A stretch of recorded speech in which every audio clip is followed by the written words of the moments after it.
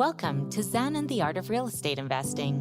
What if you could learn from experienced real estate investors, find out what got them to where they are now, get insight into their daily habits, and take these insights to inspire your own growth?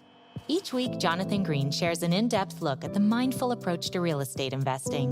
Jonathan is a lifelong real estate investor, advisor, and coach, as well as the founder and team leader of Streamlined Properties. Whether you're looking to start from scratch, get to the next level, or just for a straightforward and honest approach to real estate investing, Jonathan seeks to provide a free mentorship program you can take with you anywhere. Now, here's Jonathan. You know, I like a unique show. I mean, they're all unique, but this one is something that we haven't really talked about because this is storage maximization. We're going to talk about turning dormant spaces into lucrative storage assets, and this is for residential homeowners, multifamily owners, and commercial operators. I think you're really going to be interested in this show. It's about Neighor.com, and Joseph Woodbury is our guest. Let's go. This is Zen and the Art of Real Estate Investing with my guest, Joseph Woodbury. Joseph is the co-founder and CEO of Neighor.com. Simply put, Neighor matches people that have vacant space with people looking for somewhere to store their cars, RVs, boats, personal items. Joseph, welcome to the show. Thanks for having me. Yeah, I'm excited to talk to you about this. When I got the contact, I was like, this is something that I haven't heard of. But before we get into what Neighor does, let me get into your background. When was the first time that you remember real estate or these parts of kind of maximizing real estate came into focus for you? Well, we actually started out on the demand side. It was my co-founder that had the idea for the company, and he needed storage and ran into the same problems I think most people run into. All the storage facilities close by were totally full, which, I mean, that's a pretty big problem. I mean, I think the nationwide occupancy rate is like 92%, 93%. Yeah. So he was going to have to drive a half hour to the closest facility with an opening and pay, $300 or $400 a month for his unit. And he just thought, there's got to be a friend that can let me store. He found a friend that let him store it in his garage. And 4 months later, when he picked his stuff up, he just thought this was such a better experience. I felt a lot of peace of mind in a nice, clean garage in a neighborhood I trusted. Plus, I saved a ton of money. Like, why doesn't everyone do this? Why hasn't someone created a directory or a marketplace where people could go book the space that's already built, already sitting there, just empty, and no one's using it? So we actually started on the demand side. And then, as we built into it, turns out the supply side, the people listing their space, are kind of overjoyed with this passive income they're getting. Yeah. Did you see it as kind of like a modification of the Airbnb short-term rental philosophy because it's extra space, extra use? Very, very much so. Yeah. Airbnb, we like to joke, is in the business of storing people. And we're in the business of storing stuff. Yeah. And I mean, I guess those actually can work together in some ways as well as, and I think this also goes to what we're seeing now with a lot of ADU culture with people building ADUs for extra people. But now you have an opportunity with what you guys do for people to build extra units for storage, which is less wear and tear, more, I guess, easier passive income as self-storage is compared to multifamily rentals. Yeah, that's one of the most unique things we see. We're a marketplace. But a lot of the marketplaces require a lot of work. Certainly the labor marketplaces, like you go drive for Uber, you go drive for Instacart. I mean, that's a job more than anything. DoorDash, even Airbnb. I mean, the guest stays for a night, two nights, 24/7. Clean up after them. And it's a lot of work. Whereas Neighor, they drop their boat off on the side of your property and you don't see them again for 6-8 months. And yet you're getting a direct deposit in your bank account every month. Like, that's what passive income is supposed to be. Yeah. Yeah. And I think, from a lot of the people I know who have either, ran self-storage, owned self-storage, or syndicated self-storage, they always look for storage that has extra land so they can build more storage. And this is kind of modifying that towards residential or any type of quasi-use land that somebody has or buildings, because it can really be anything, right? I mean, you're just looking for extra space where someone can safely store something. Yeah, it's amazing to see the use cases. We really started out on the residential side, very similar to Airbnb, where people were renting out space in and around their homes. But it's been interesting to see commercial operators pick this up and scale it across their whole portfolio. Big multifamily owners, big retail owners, even office.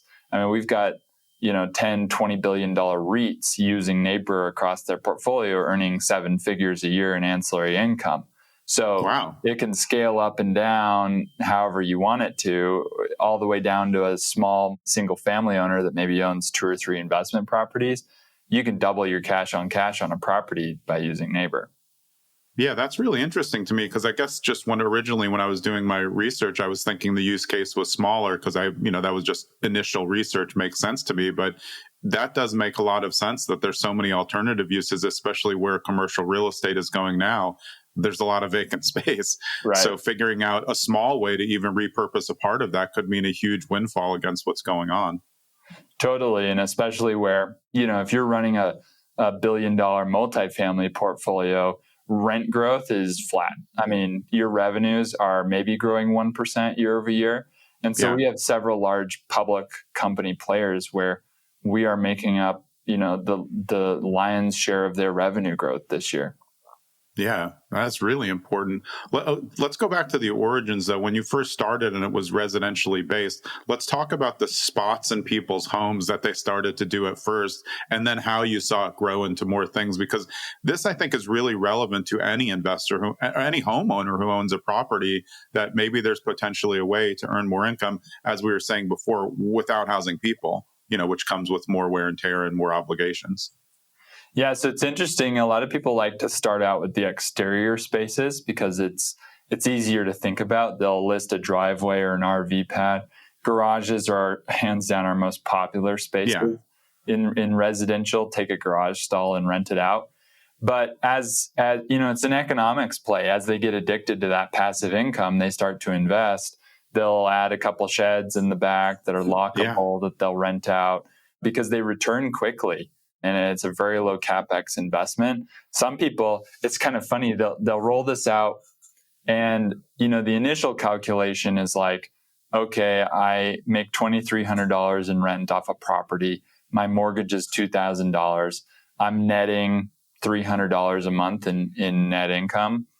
And Neighor comes along and nets me an additional $300 a month on that property. I just doubled my net by adding Neighor.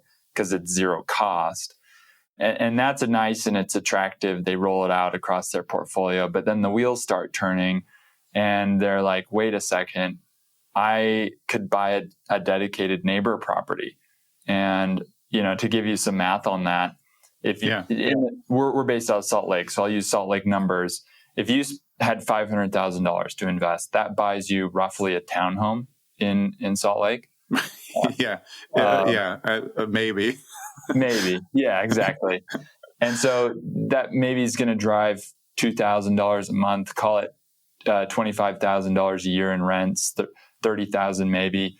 If you were to do short-term rental, maybe you'd get $35,000, $40,000 in annual rents. But if you were to instead take that $500,000 and buy an empty lot, you could buy anywhere from an acre to 2 acres in Salt Lake City. And that would net you $100,000 a year in annual rents. And so all of a sudden they start just buying properties straight for Neighor. Yeah, this is it's kind of like all crystallizing in my head as you're saying it, because it's just so much bigger than I expected. And I can see the residential just homeowner also having that huge benefit, because to build an ADU requires much more permitting than, putting a couple sheds on the side of your property that you already own that are secure and locked, so no one's walking away with them. But you also don't need to create this entire building project and, plumbing to make income happen. Right. Yeah. It's so many investments these days require a high amount of CapEx and like 8 months of dealing with the city. And you don't even have to deal with the city. You buy a prefab shed and you plop it down on an area that you weren't even using. No permitting. You could do this tomorrow. And then when the shed gets booked and filled, then you buy the next shed. Right. You just do it consecutively. Yeah, I mean the sheds are, you put a lock on them, nobody can get into them other than, I guess if they're not on cement or sealed in, like I guess someone could technically drive in, but you probably have cameras on the thing. So, Right. these are all things that people are buying into. Yeah, and so where else did people expand to? I can see people using their basement, especially if there's a side exit, and especially for multifamily owners who maybe have tenants who don't require a ton of storage or need self-storage, and you already have it racked out in the basement for storage. If those tenants don't want it, I'm telling them to rent it out immediately to somebody outside.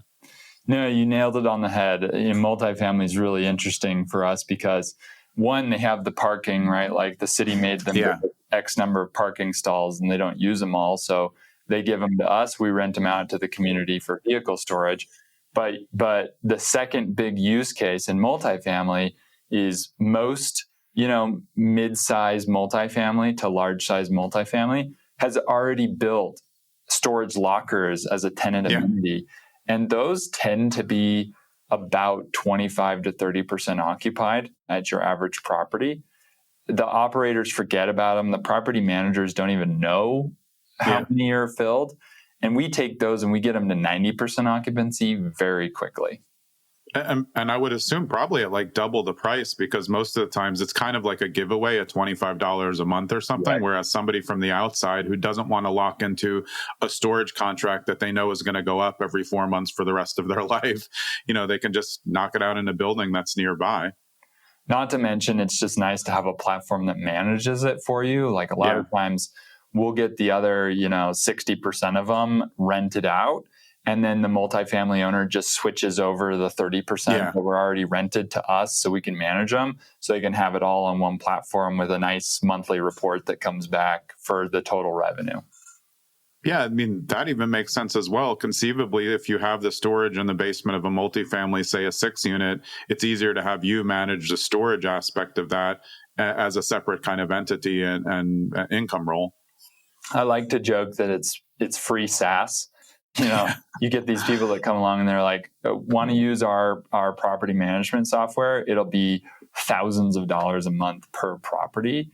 And we're like, hey, why don't we make you money? And by the way, you get this SaaS for free that we won't charge you anything for. And there's basically no fees to you. Yeah. No, it's really smart. So where did it start to expand residentially and then into commercial? Because I'm seeing these use cases and then I'm really getting it where people like, it's so much easier to drop a shed in. But as you were saying before, I can see buying properties just to use Neighor. They're depending on where you are, where you go. If you're buying vacant land, it doesn't have to be, you're not looking for land to build on. You're looking for land to store on, right? Totally different buy boxes here. Yeah, I mean, to be totally honest, when we first started this, we thought this was a pure residential play, and that's what we were focused on. And we scaled that until we had active users in basically every city in the country. We're the first storage operator to have renters in all 50 states. But it was COVID. That's what drove the commercial opportunity, is we had a lot of people reaching out to us saying, hey, we noticed your platform. We noticed you're driving a lot of this residential revenue. Would you be open to us listing our strip mall on your platform? And at first we were like, oh, that could be interesting, I guess. We did some pilots and it was really successful. I mean, just from a location standpoint, all the storage facilities, they're all industrially zoned. So they're in like very undesirable locations. Yeah. Whereas, for retail. Yeah. Yeah. For self-storage, for traditional self-storage. Whereas like where people are in commercial districts. That's where they work. That's where they shop. And they're in residential districts. And that's what Neighor does, is we create storage in residential districts and in commercial districts, not in industrial districts. Right. Yeah, it's a completely different model, and you can do it at really any scale. I think that's what's interesting to someone out there listening. They can say like, well, let me think about my 10-unit building. We actually have a lot of space in the back. We're not really needing to put in amenities, but could that be an option? Yeah, it's figuring out how to make more income is what people are always after. And this is something that will just make it easier for them. Yeah. And I think that's an important piece of this as well, is like, we've talked a lot about Neighor, and Neighor is like a use case for this, but there's this broader story going on right now of like full property monetization, where a lot of property managers are starting to realize, especially the good property managers are starting to realize, I shouldn't just focus on an asset class. I should think more in terms of, I own a property. How much money can I make off of that property? How can I maximize NOI? And there's all sorts of opportunities cropping up. Neighor is one of them, but there's many others. And people are having to get creative because some of the old opportunities for ancillary are getting shut down. One of the main drivers for ancillary in multifamily was the cable agreements, where they work out deals with Comcast to basically, force Comcast on their users, which return to them pretty well. But the FTC is basically cracked down on that and the junk fee stuff, and they're eliminating that. And so now all these portfolio managers are trying to say, what else can I do to drive ancillary income to the property? And it's like, why wouldn't you tap into an industry that everyone knows is super stable and has really high occupancy rates? Why wouldn't you take advantage of that instead of just thinking like, I'm multifamily or I'm retail or I'm office and that's all I do? Yeah, especially as we, sit in a housing shortage, storage becomes more important, and like I said, I love self-storage, traditional self-storage, but we all know that they make money by continually bumping up your rent just a tiny bit until you can't believe that you're paying that much later and you're too lazy to, move to another storage facility that's going to do the same things to save, $650 a month. So giving these options it can also be, like you said, a nice windfall for somebody who has a smaller property and is just thinking, how can I get full, monetization out of the square footage, not just building, but land that I have? Well, and the renters love it as well. Like, it's not just great income for the hosts, but the renters are typically getting storage for, slightly cheaper than market rates. They're getting it at a convenient location that's often actually a lot safer than traditional self-storage units that are kind of on the outskirts of town. Yeah. So the renters have this great experience. And we've had reports from some of our users, whether they're big retail operators or even small businesses that own like a nail salon or something, a gym, that we've actually driven them customers. We're increasing foot traffic. And these customers are having these great experiences storing at the place. And all of a sudden they're like, I'm already over here. Like, I'm going to sign up for a gym membership, or I didn't know about this little business. Now I'm going to visit here more frequently. Yeah, that's another great point, because I'm thinking of all the commercial businesses that are in strip malls who either own basements or own like kind of extra space where there's offices, and you just don't need the offices. Some of those people are now working from home, and you just have wasted space in your gym or something else, medical offices. I can see a lot of people who downsize their staff just have extra room that they could repurpose into just some extra income. Totally. I mean, you talk about wasted space, like a lot of these office providers, they'll even the ones that are, there's a lot of them that are like 50% leased right now. Yeah. There's even ones that are like, no, we're 80%, we're 90% leased, we're doing fine. But if you look at actual foot traffic, no one's showing up to the office. It's like, every once in a while there's people coming in, but the guy is still paying for the lease. Well, if you look at that, in that case, the parking garage is a ghost town. And you could be making so much money. I mean, you own this wonderful asset in, oftentimes in downtown areas where office is typically located, and it's sitting empty. You know how much people will pay for that parking? Yeah. And we bring that on. You can even rev share it. If you're worried about satisfying the tenant, you can even rev share the proceeds with the tenant, which helps reduce their lease, which means they're going to stay longer because they're paying less for their lease. Yeah, vehicle storage and parking is just like completely a game changer for people. I'm just thinking, one, in towns where I live in New Jersey, there's train access to the city, but there's a very limited amount of parking spots and sometimes a 5-year waiting list to get on there. But sometimes people have that, two car driveway, but they have like a little side piece. That's a great asset to have. And I was also thinking I've had so many people over my career in on-market real estate who wanted to rent multifamily, but they ran a plumbing business or something. So they had 3 or 4 trucks, and they're like, well, I have 4 cars. And I'm like, bro, you're not getting 4 spaces when you're renting in a multifamily. Like, it just doesn't exist. but Johnny down the shop has 8 spaces in the back and they should be renting those out. It's a huge income windfall that I think somebody can make on it. And, hopefully they're listening and realize, okay, well, maybe I've lost before, but now I can repurpose this into something. And when you were saying rev share, are you saying like if you're using parking on space and you have tenants and it may be a little bit more disruptive to them, if you share a little bit with them, that's a good decrease. That's a great idea. Well, yeah, now you look like this amazing landlord. And they're like, this is the best landlord I've ever had in my entire life. And sometimes you could literally share, $30 a month with them, or $50 a month of the, $200 a month you're making, or whatever it is, $300. And they're like, my landlord is writing me a check, or my landlord is giving me a discount. They feel like and then it helps offset, when you do rent increases, they're a lot more palatable and less disruptive, and it just makes a ton of sense to the tenant.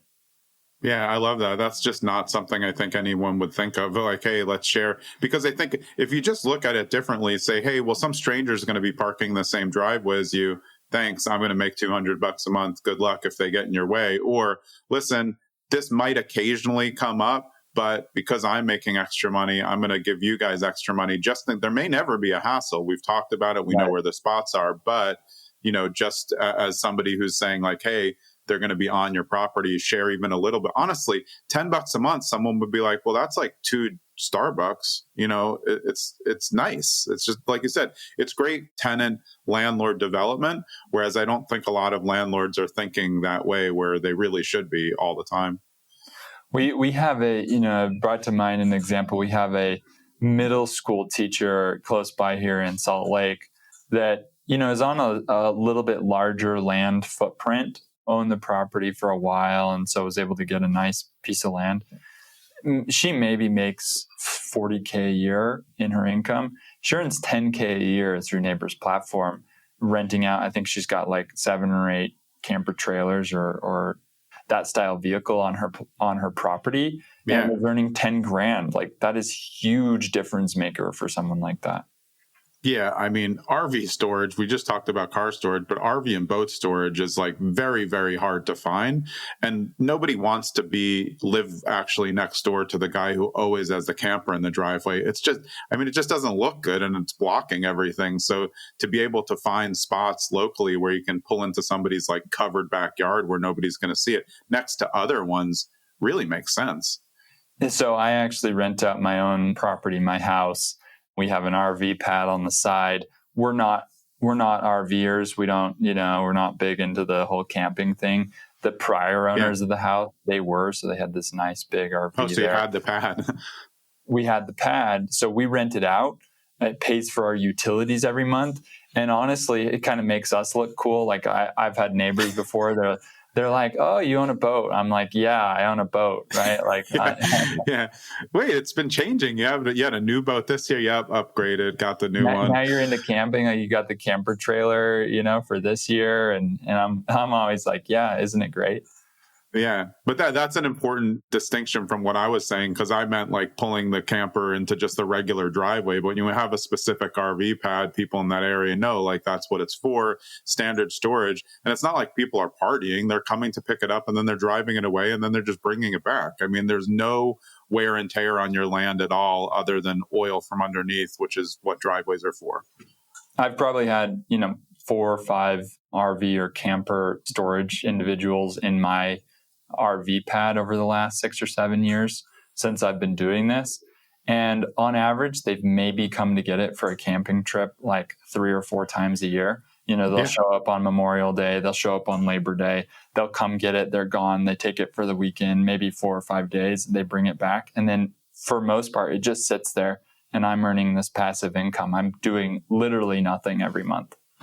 Yeah, I think that your regular person just doesn't think about that owning an RV, not everyone just has a spot to park it. Like, you can't fit it in a regular driveway, and you can't just leave it on the side of, a street for parking for, like you said, 350 days a year. It just doesn't work like that. I've heard people, I've talked to people before where they're like, we really want to buy this. And they literally don't buy the boat or the RV because they don't have a place to put it. Like that's the deciding factor on buying the thing. And it's like, we have space. I mean, we have users that have listed space in cities with like 1,000 people in them. Yeah. Like we literally have space everywhere. And so, it just should not be an inhibitor to those people needing to find a space to put it, because there's a bunch of people all over the world that have extra space sitting there totally unused. Yeah, and I was thinking before, just on the regular residential end, you were saying about the geography of how it works. I can see somebody who lives in a residential area who doesn't want to travel 17 minutes to the industrial area and go buy, a little bit of just like sketchy truck business or whatever, when a neighbor 3 doors down pops up, on the app, and they have a backyard shed where you can just store whatever it is, your plumbing tools, because you don't have, you're kind of just getting started in your plumbing business. Well, and it can make all the difference. Like if you can leave on a trip, if you can pack up and leave on a trip and it's going to take you 20 minutes to go get the thing, that makes it so much easier than if it's going to be a 2-hour thing and you're not going to leave until, midday. And so you're not going to get there till night. Or like even more so, you mentioned the work truck. Like if you need a place to put your work truck, and a lot of guys running a work truck, they're on the job by 6:30, 7 a.m. Right. You don't want to be driving across town to get that work truck. You got to be able to go get that in 5-10 minutes. Yeah. And I mean, especially, it's just that there's some HOAs across the country that don't even allow pickup trucks outside. So if that's your business, you have a pool business and you can't leave it in the driveway, like you have to park it somewhere, and you don't want to get your own separate building because, again, it's just your business hasn't grown. We've had people that are actually able to store their vehicle in their HOA because, they may not be able to store it on the street or in front, but they could put it in a garage, and their neighbor 3 doors down has a garage, and they're able to park it in their neighbor's garage, and the HOA doesn't care if they park it in the garage. So they're able to get space in their HOA. Yeah. My dad, growing up, lived in PJ National in Palm Beach Gardens, and I remember he had a pickup truck, and he would pull it in the garage, and he wouldn't, the garage would still be open.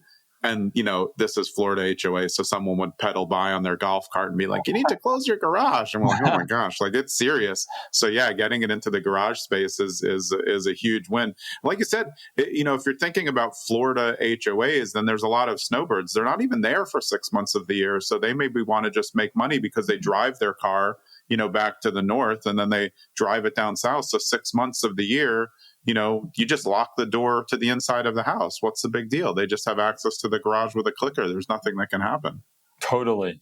And I mean, we see that on the renter side as well, where you'll have people where they occasionally, they live in LA and they occasionally travel to Denver, and they maybe own a vacation home in Denver or something. And they want to keep a car in Denver right by the airport or something. And we can find them a home right by the airport, or even just an empty lot right by the airport. They can store that, so it's always sitting there. They don't have to pay the airport fees for long-term vehicle storage, because those, $10 a day adds up. If you can pay $200 a month, that's a lot more palatable.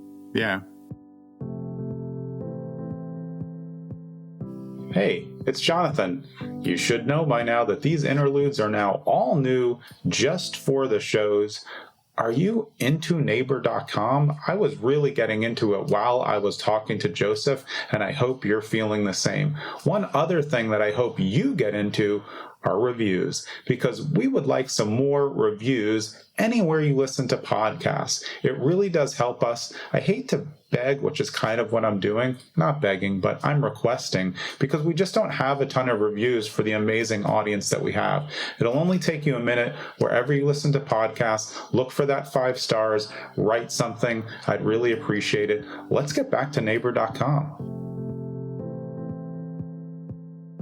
Just going back on your background, when you were growing up, were you thinking about real estate at all? Because this is kind of like not necessarily a direct real estate investment. It's a smart build on a company, but it involves every aspect of real estate and maximizing the full potential of land and building. I really wasn't. This is kind of a space where, again, we got into it from just having the pain point. Yeah. And it turns out sometimes it's helpful to not have that exposure and kind of be constrained by like, this is the way it's always been done, we'll talk to investors, we'll talk to property managers, and they're like, like I just never would have thought to do this. I never would have thought of like maximizing the NOI on my property. Yeah. It makes total sense. Like, I can't believe I didn't think about this before. It seems like a no-brainer. Like, why didn't everyone invent this on their own? It's just one of those things where it's like, why weren't people renting out the parking that wasn't getting used at their property already? We just created an easy way to do that and a safe way to do that. And we've got $1 million host guarantee that helps protect your liability. And we provide the renters with property protection and all of that stuff. So we make it a little easier, but it just seems like it should have been something going on. But I think it's because we didn't have the real estate perspective that we were like, just went at it from a lens of like, how can you make money from a property instead of like the traditional ways to make money.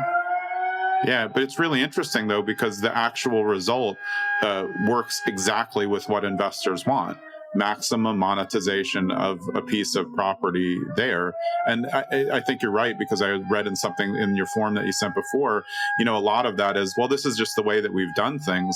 But when you can think outside the box and look at it, now you're kind of going backward into it. This is something that my dad did when I was growing up, because he liked to just make any money he could. I'm sure we had rented garages. We rented he turned garages into ADUs. He would rent anything. And we had plenty of, modified like fake storage for people that he knew, friends who needed to store equipment. But also, again, this is pre-internet. So there was no way to really get out to the masses. Hey, have you heard this new strategy? It's how people discovered, room hacking was really original house hacking by just buying a single family and letting two people live in the house. It's really same origins, but you're continuing to build on this maximization, which I think is really important because it can really help investors look at properties a little different. So if 99% of the people are thinking with a very small lens when they're looking at a property that has extra land, and you're someone who's thinking like, well, maybe I can fit 6 sheds back here, what you can pay for it and what you can earn from it is so much different than the other 99%.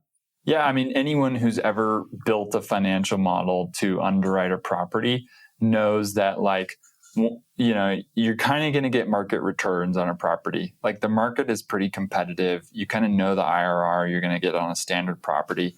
But even small amounts of incremental NOI that you can add, so long as it doesn't come with a cost, long as it's like straight NOI, they make this huge difference on your IRR, and they make you look so much better than every other investor. Like you're some sort of genius, when really you're just like adding this little NOI.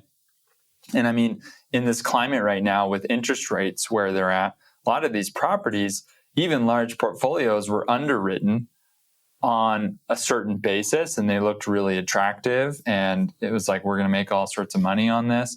And that whole calculus has changed.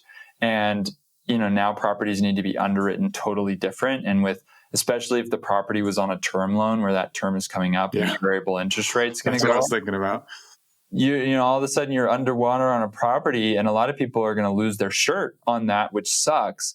If you can find a way to service that interest, even if you're just barely servicing that interest, right? But you hold on to your property 5 years from now, compared to all the rest of the portfolios that had to turn properties over or like ditch them, you're going to look like a genius, and your returns are going to be huge because you're going to hang on to the value capture.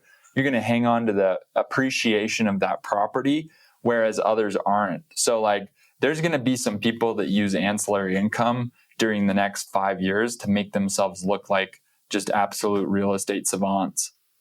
Yeah, that's literally exactly what I was thinking. I was thinking of all the people with these variable rate loans, but they have big commercial properties and they've taken a hit. They know their tenancies are way down, or it's commercial office space. They don't know what to do with it, but they're trying to think in much bigger terms that people don't want to do full remodels or reconstruction. If you can just repurpose, like you said, to get over the hump, you could save the property instead of giving up on the whole thing, which a lot of people are going to have to because they weren't thinking ahead or weren't thinking, hey, what other potential uses are out there for anything that I have here. Well, and speaking of value creation, it's one thing to think in terms of, the money it brings you and the revenue, but properties are valued on a cap rate basis, right? And so particularly commercial properties. And so if you think about this, like if you add 25K in NOI to a property, what you're really doing is adding 500K in value. I mean, you just brought yourself 500K. And on a 200, 300 unit multifamily property, we can easily add 25K to a property. And so we can add $500,000, $1 million to your properties in value. That is huge in terms of a return profile. Yeah, that's a fantastic point. And that's actually could be the way out for some people who, weren't in a disaster debt, but need a little bit of a helpful refi. And if you can figure out the way, and like we were saying before, this doesn't require major construction to get done a lot of the time. If you're using existing square footage and you repurpose it, add that income, and then your overall valuation just went up $1 million because you repurposed space that you had that was unused, you could refi into a new, still high rate, but get some money back out and get out of the balloon that you were in. Yeah, and even if you are putting modest amounts, say you're a small investor and you just own some rental properties. If you own a $600,000 house, and you had a shed that costs somewhere between like $800 to $1,000, maybe $1,200 for a nice shed. What is that on a $600,000 value? Especially if you can add 50K in value or more to that property. Yeah.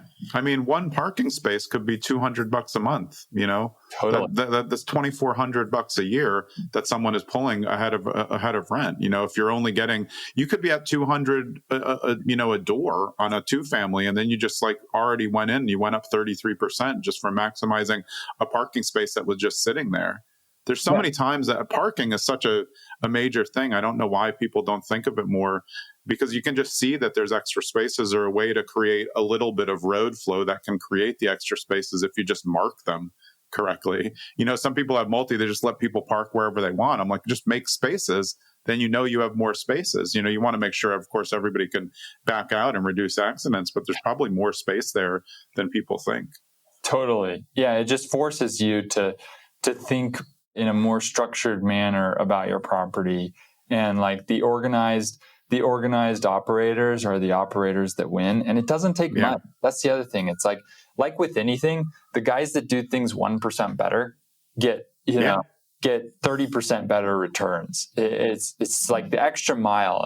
We use this phrase inside here at Neighor about going the extra mile on a marathon.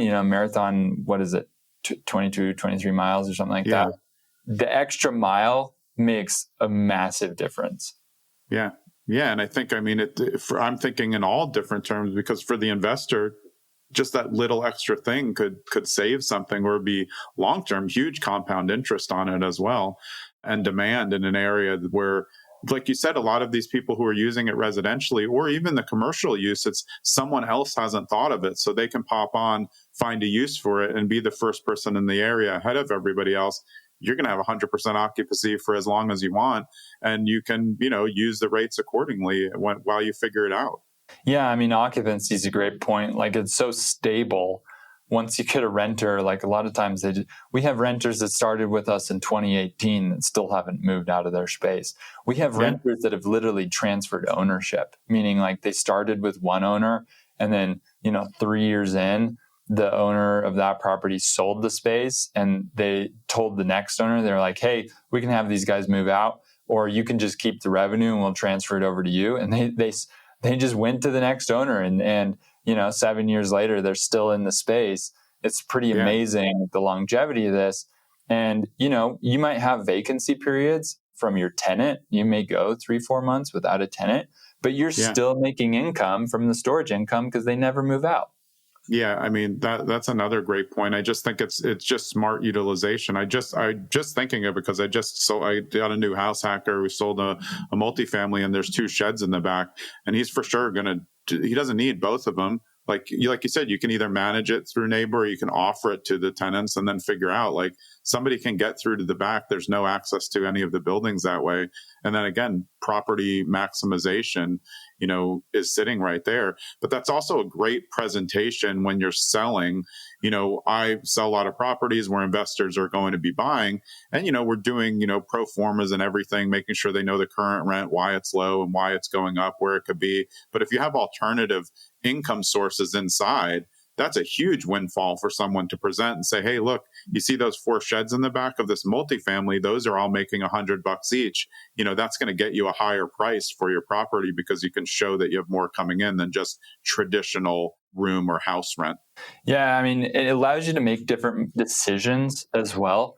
Like, you have these base costs on a property where if you don't have a tenant, you're losing money on the property taxes, even if there's no one in the property, you still have like $30 a month in utilities or whatever it is. Yeah. Maybe a couple grand in property taxes, which is, call it $150 a month in property tax or whatever it ends up being.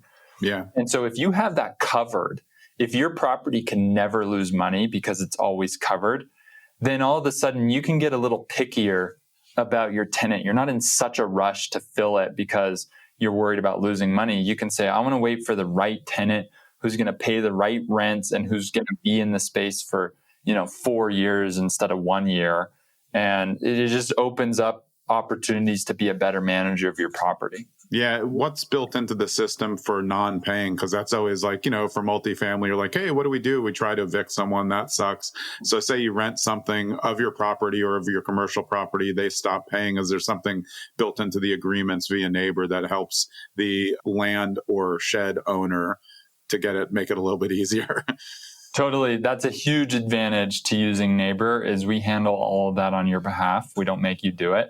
And so every state has different self-storage code and they have different rules. Some states you have to put a little notice in the newspaper, etc. Right.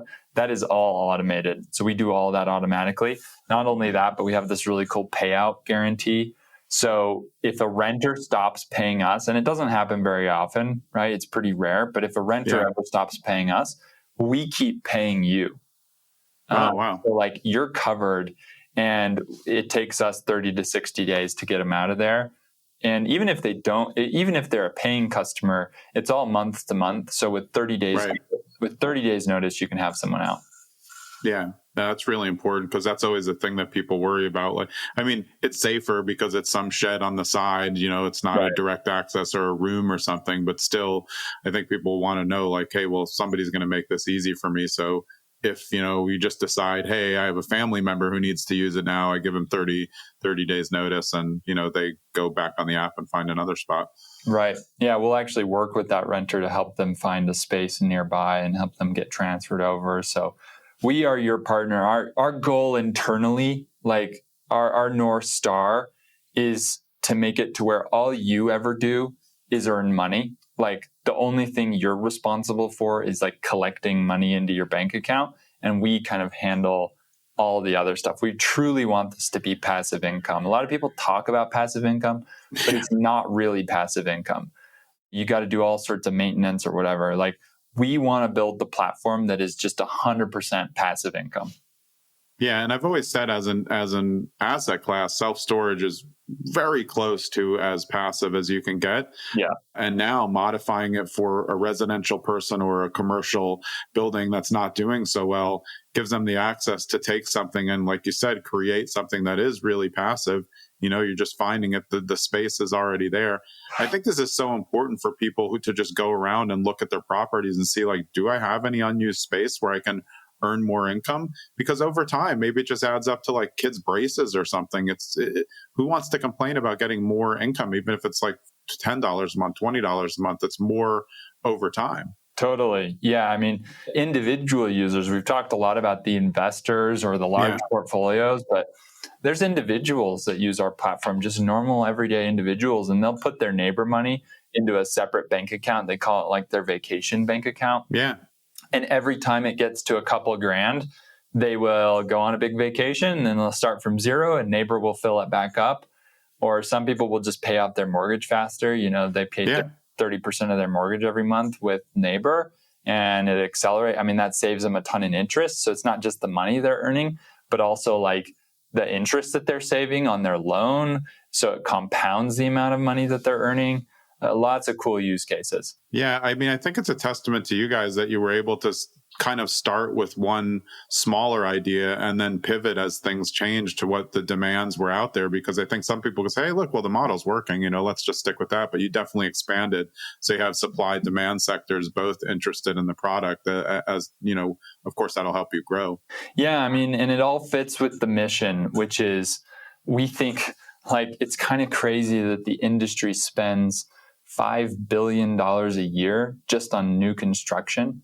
We've now built more storage facilities in the US, the industry has, than Starbucks, McDonald's, Dunkin' Donuts, Wendy's, Burger King's, Home Depot's, Walmart's, and Costco's combined. That's how much storage the country has built. And we're like, wait a second, there are millions and millions of square feet of storage already built, already sitting there. No one's using it. And so the mission is to take all the unused space, whether it's residential space, whether it's commercial space, any unused space, and utilize it for storage. It's so much more efficient. It makes a bunch of people money. It's better for the environment. And you talk about the environmental cost of just the concrete and steel that goes into new construction of a storage facility. Why aren't we using the space we already built? Yeah, and that's a compliment to the housing shortage to be able to say, well, let's use this area for effective storage solutions, and then maybe that can be quasi-residential. It is a little bit off the beaten path, but no one's going to complain if it's the cheaper options for living right now. Right. Exactly. And I think towns and cities will adjust to that as well. Everybody knows they need more units in the areas. So if they can, reconstruct the use options for industrial to allow that, residential, and then figure out other options for storage. I mean, I would say nobody needs storage, but they need storage. You don't want to need it, but then you do. If you're downsizing or if you're upsizing or you have, toys, that's where they go. Well, look, I mean, it used to be that the affordable housing crisis existed in coastal markets, SF, New York, Miami, et cetera. But there's an affordable housing crisis everywhere. In our home market of Salt Lake City, in markets Austin or Milwaukee, like everywhere, there's this affordable housing crisis. And if you can't buy a home big enough for your family and your belongings, you buy a home big enough for your family and you store your belongings because it's a cheaper cost per square foot than home space. Yeah. So like storage it used to be, I think, a kind of superfluous good where it was like a nice to have, it like helps keep things separate. But in a lot of cities these days, it's a must have. Yeah. And I'm just thinking, like our mission here is the mindful approach to real estate investing. And this is just another lens that somebody can place on top of looking at properties. If you haven't found any deals over the last year because the deals are terrible in your area, this is a great overlay. A lot of people have been looking for that ADU option, but here's an option with a little bit less permitting. Will definitely maybe earn you a little bit less money up front because you're not going to create something as big. But what if you can create 4 things? It's a really interesting option. And how long is it going to take you to pay back the construction costs on that ADU, right? Like it's an investment. Yeah, it is. Right. Your outlay for creating it sometimes is zero because you have the space. But even as we were saying before, if you do have to construct something, it's very, very limited in terms of what you're going to do, or at least it could be if that's what you wanted to do. Right. Awesome. Joseph is the best place for people to find more information. You guys made it easy. It's Neighor.com. That's right. Yeah. And look, if you've got a larger portfolio, if you've got 5-10 rental properties or a small business or even a large commercial portfolio, feel free to reach out directly. Email is joseph@neighor.com. We can get you we do this thing for our larger owners. We do a free kind of property analysis where we'll say, here's how much we think you'll earn on each property. So here's what your yield to be. We'll help you figure out local market pricing, stuff like that. So feel free to reach out, joseph@neighor.com. Yeah. Awesome. Well, I really appreciate it. I think this is a unique, and like you said, it's not something that nobody thought of. It's that nobody implemented the right way and then brought out to the masses and made it easy and accessible. And, now you can do it in your pocket and try to maximize the use of all of your properties. It's definitely created a new idea for me. And as we were going through it, I'm thinking of my clients who own multifamilies, commercial. I'm like, I got to get this episode out because I need to get this over to them in advance. So really appreciate your time today. I think it's a great episode and something that we hadn't talked about. So I'm glad to get it out there. Yeah, thanks, Jonathan. Yeah. All right. I appreciate it. That was Joseph Woodbury, the co-founder and CEO of Neighor. I'm Jonathan Green. We'll see you next episode. Hold up. You know by now that I am dropping previews to the next episode at the end of each episode. I hope you enjoyed that episode with Joseph Woodbury. Next episode, you're gonna get hyped. It's Dedrick and Crystal Polite. They have a show called 50/50 Flip on Hulu and A&E. They're also the founders of Polite Wealth Portal and Be Polite Properties. This is a real deep dive in how to build a real estate career when you weren't sure you were going to get into it in the first place. All the way from considering real estate onto TV, flipping houses. You're going to love this show. We'll see you next episode with the Polites.